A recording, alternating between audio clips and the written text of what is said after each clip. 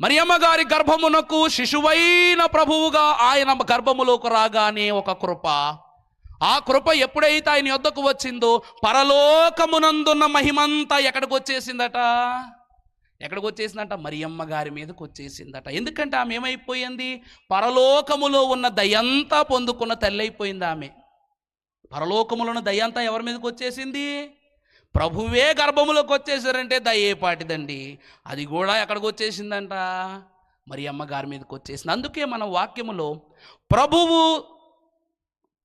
అనగా మరియమ్మ గారు, ప్రభువు ఇద్దరూ అలా ఎలిజబెత్ అమ్మగారి దగ్గరికి వస్తుంటే ఆమె అంటది, ఆమె దయాప్రాప్తురాలు, కృప వెంబడి కృప పొందుకున్నది గనుక ఆమె ఏమంటది? నా ప్రభువు తల్లి నా యొద్దకు వచ్చుట నాకెలాగూ ప్రాప్తించెను అంటే చూసారా, అక్కడ మాట గమనించండి. వచ్చుచున్నది ఒక్కరే, కానీ ఆమె ఏమంటుంది?